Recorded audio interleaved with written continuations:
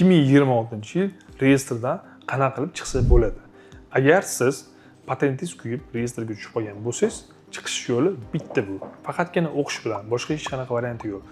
O'qishga kirish uchun oldin reyestrdaligingizni bilganingizdan keyin topshirib, hali dogovorlaringizni olmagan bo'lasiz. Prosta topshirsa bo'ladi. Lekin sizga dogovor bera olmaydi. Chegaraga chiqib kelasiz, keyin ochilasiz. Lekin shunda ham reyestr ochilmasligi mumkin.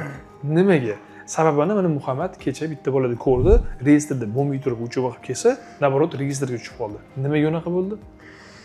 Medosmotrda уведомление qildirmaganiga, уведомлениeni qayerdan qildiradi? Katta FMSdan borib уведомление qildiradi. Уведомление qanaqa bo'ladi? Уведомлениeni MVDni bazasiga qo'ydirish kerak. Agar MVDni bazasiga qo'ydirmasa, spravka ham bo'lmaydi, reyestrga tushib qolish mumkin. Mana bunaqa qonun chiqdi fevralda ko'rgan bo'lsanglar, agar chet el fuqarosi kelgandan keyin 1 oy ichida Medosmotrga o'tib, uni bazaga tiqmasa, все, reyestrga tushishi mumkin. Dokumentlarni cho'zdira olmaydi. Shuning uchun kelgan yildan keyin 90 kun vaqtingiz bor. O'zi bor yo'q 90 kun. 90 kunning ichida уже 1 oy o'tib ketgan bir xilda patent topshirib chiqmagan, kuygan, 2 oy o'tib ketgan vaqtingiz qolmadi. Biz sizlarga yordam bermoqchimiz. O'zingizlar ham podvoyt qilmanglar.